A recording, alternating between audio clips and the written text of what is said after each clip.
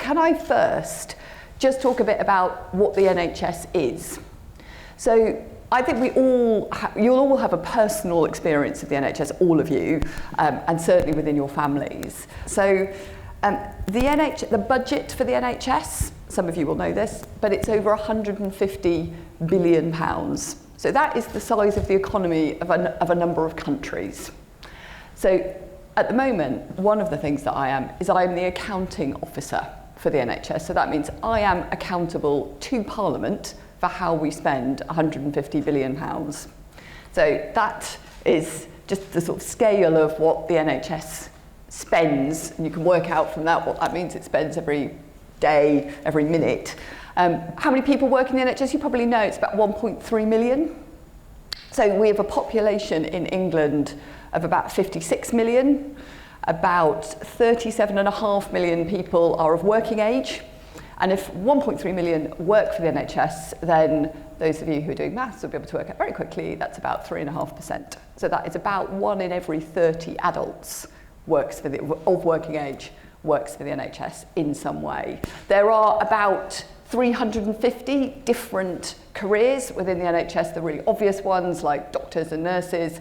Equally, we employ scientists, we employ therapists, we employ innovators, we employ data scientists, we employ porters, we employ people who do plumbing, we employ people who are accountants, who do HR. So it is 350 different roles, all within the NHS. And if we think about the numbers of patients that are seen every day, GPs see about, so this is working days, see about 1.1 million patients a day. So although, why have I said all that? It's partly because, honestly, I didn't know that. When I started my career in the NHS, I knew my local GP, I knew my local hospital, I had my sort of personal family experience, but I had no idea what the actual scale of it was, or how much, to your point, it is part of the fabric of the life of this country. So my job is, I lead the NHS in England. So basically the NHS is required to do 3 things. We're required, rightly, by the way, always to think about how you improve quality. We're required to do that as efficiently as possible.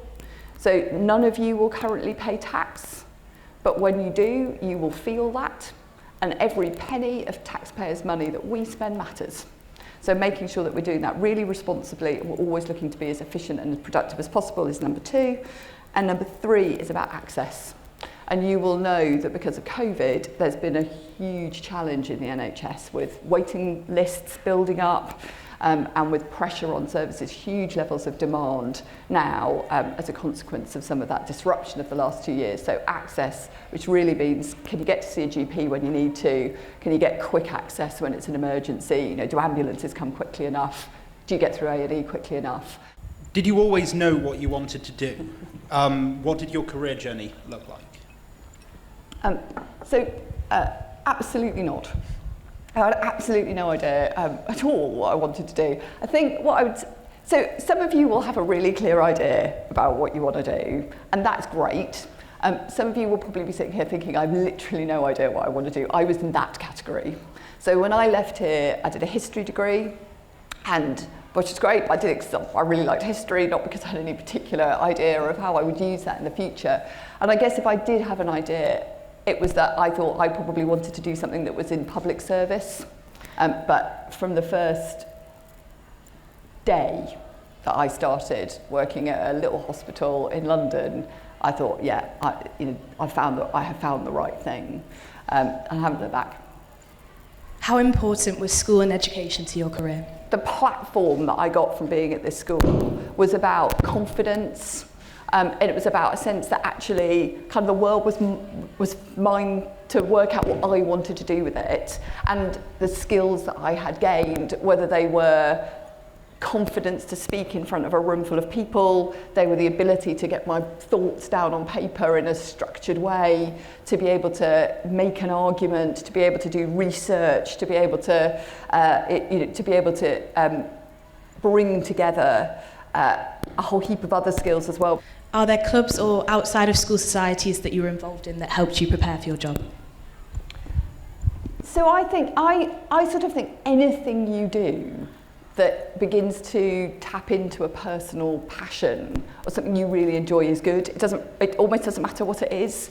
So I've got 3 kids, 2 of them are teenagers and 1 is a bit younger.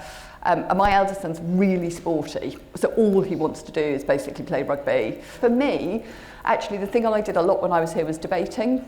Certainly, I can think now about the very specific skills that I learnt that have been helpful, but I think it's more about just stretching yourself to do new things and to be really open-minded about whatever that offers. What are your top 3 tips for being successful? So that's my first point, doing something you're genuinely passionate about. And you don't need to know what it is now, you'll find it. But go for something that you really care about, that gives you a reason to get out of bed every morning and gives you a reason to put in just that extra bit of effort. Secondly, don't be afraid of failure. Because most people who I know who are really successful have had experiences in their lives where it's all gone completely disastrously wrong and have learned more from that than they have from all of the combined success put together. So don't be afraid of failure, but equally kind of get up and go again. Don't let it put you off your stride and think, oh, well, because I tried it and it didn't work, that's it. I'm now going to give up. And then I think my third thing would be...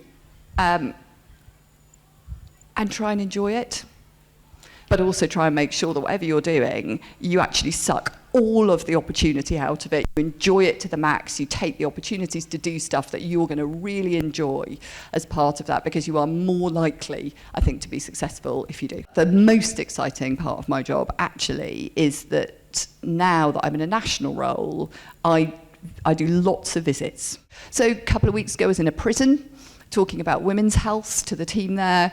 I was in a unit a couple of weeks ago as well with people who are looking after young men with learning disabilities. I've been in burn surgery, I've been in brain surgery, I've